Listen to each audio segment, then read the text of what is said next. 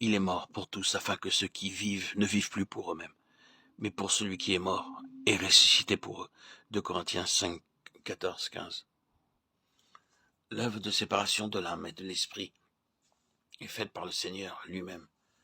C'est son esprit qui interprète la parole de Dieu, épée vivante, pénétrant les recoins les plus cachés de l'être immatériel.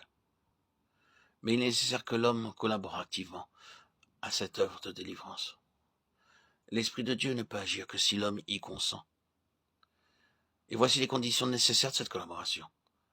Se rendre compte que la séparation de l'âme et de l'esprit est nécessaire, et en vivant sacrifice, à consentir à l'œuvre du sacrificateur. Vouloir sans restriction et virilement ce que Dieu veut, aussi longtemps que l'œuvre de purification se poursuit. Maintenir la croix comme base, selon qu'il est expliqué dans Romains 6, 1, 14. De même que le croyant s'est reconnu comme mort au péché, Romains 6, 11, et qu'il veille à ce que le péché ne règne plus en son corps mortel, la chair étant crucifiée avec ses affections et ses convoitises, Galates 5, 4. De même, il doit se reconnaître comme mort au péché plus subtil du domaine de l'âme, dont les manifestations sont moins grossières, à toutes les formes d'amour-propre, de vanité, d'égoïsme, à tout amour excessif de la famille, à tout ce qui absorbe le croyant et menace de prendre la première place, laquelle n'appartient qu'à Dieu seul.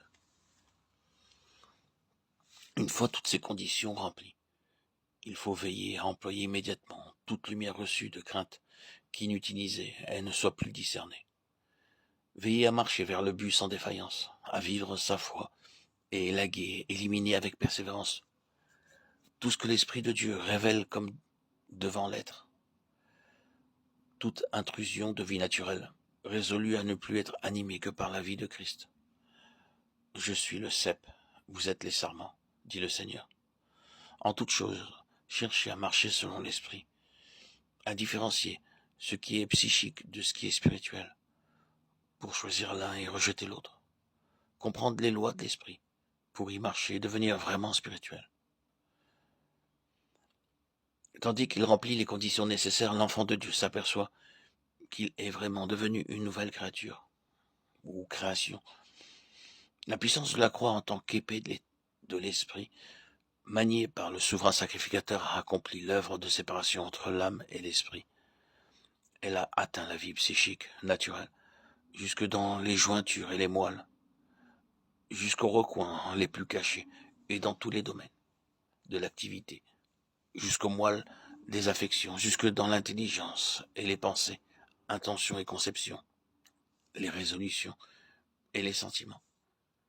Et maintenant, avec une facilité de plus en plus grande et avec joie, le disciple accomplit ce que Dieu demande, portant chaque jour la croix selon qu'il est conduit, discernant mieux chaque jour qu'il est mort avec Christ. Son esprit se sépare toujours plus de l'âme pour s'unir davantage au Seigneur ressuscité. Esprit vivifiant et devenir un même esprit avec lui. Donc, un instrument de choix pour l'action de Christ, dans un monde qui meurt loin de Dieu et dont les besoins sont immenses.